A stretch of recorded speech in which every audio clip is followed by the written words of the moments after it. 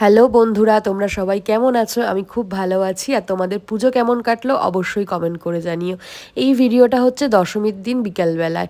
এত বৃষ্টি হয়েছে যে রাস্তাঘাটে জল জমে গেছে। যতই জল জমে যাক, আমার ইচ্ছা ছিল এবছর মাকে সাদা শাড়ি লাল পাড় দিয়ে পরে মাথা ভর্তি সিঁদুর গয়না গাটি দিয়ে সেজে মাকে বরণ করতে যাব। আর যতই বৃষ্টি হোক না কেন, আমার সেই মনের ইচ্ছা মানে কেউ আটকাতে পারেনি। আমি সত্যি সেজেগুজে বেরিয়েছি। আমি জানি আমার শাড়ি নষ্ট হবে, কাদা লাগবে, বাট ঠিক আছে, বছরে একটা দিন এরকমটা হতেই পারে। আর মা আমাদেরকে এসে এত আনন্দ দিল 5টা দিন। আর মার যাওয়ার সময় আমরা একটু মাকে আনন্দ দেবো না, সেটা কি হতে পারে? যেমন তেমন করে গিয়ে বরণ করলে কি হয়? তো এখানে ফাঁকাই ছিল, কয়েকজন বরণ করছিল, তারপরেই আমার শাশুড়ি মা বরণ করলো, কারণ শাশুড়ি মাকে আগে বরণ করতেছি যাতে আমি নিয়মগুলো সব দেখে নিতে পারি। 2 বছর হচ্ছে বরণ করেছি, এখনও আমার মানে বিষয়টা সড়গড় হয়নি আর কি। তো তারপরে আমি বরণ করলাম। আর সত্যি বলতে এই সময়টায় না মাকে বরণ করলে, মায়ের মুখের দিকে তাকালে বুকের ভেতরটা যেন কেমন একটা ছ্যাত করে ওঠে। মানে চলে যাবে মা, এই তো আসলো 5 দিন, যেন চোখের নিমেষে দেখতে দেখতে কেটে গেল। একটা অদ্ভুত ফিলিংস হয়, যেই ফিলিংসটা মানে কাউকে ভাষায় প্রকাশ করা যায় না। জানি না কেন এটা মায়ের মুখের দিকে তাকালে হয়।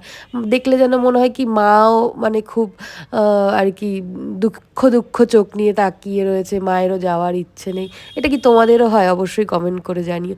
যাই হোক, সব নিয়ম মেনে বরণ করলাম। আর যেহেতু ফাঁকা ফাঁকা ছিল, বৃষ্টি হয়েছে, তারপরে একাদশী লেগে যাবে বলে সকাল থেকেই সবাই আর কি বরণ করতে শুরু করে দিয়েছে। তো এই সময়টা বেশ ফাঁকাই ছিল, আমরা একদম ফাঁকায় ফাঁকায় বরণ করেছি। বরণ করে কিছু ফটো সেশনও করেছি। এই তো মা চলে যাবে, আবার আসছে বছর আসবে। শুধু মায়ের কাছে একটাই প্রার্থনা করি, আসছে বছর যেন সবার পুজো এবছরের থেকেও ভালো কাটে।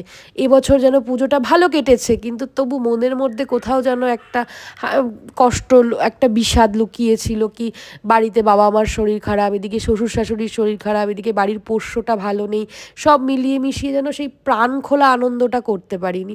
তবুও সব কিছু ভুলে বছরের এই 5টা দিন মানুষ চেষ্টা করে যাতে মানে উপভোগ করতে পারে। তো যাই হোক, যেভাবেই হোক কেটে গেছে এবারের পুজোটা।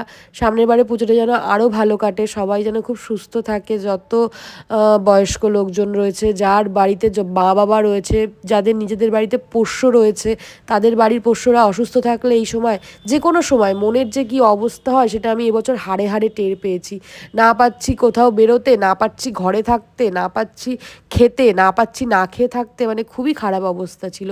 তো মায়ের কাছে যেতে যেতে এটাই প্রার্থনা করব যে মা, তুমি যখন পরের বছর আসবে, আরও আনন্দ, আরও ভালোবাসা, সবার শরীরের যেন আরও বেশি সুস্থ থাকে, সবাইকে নিয়ে যেন খুব আনন্দে পরের বছরও পুজো কাটাতে পারি।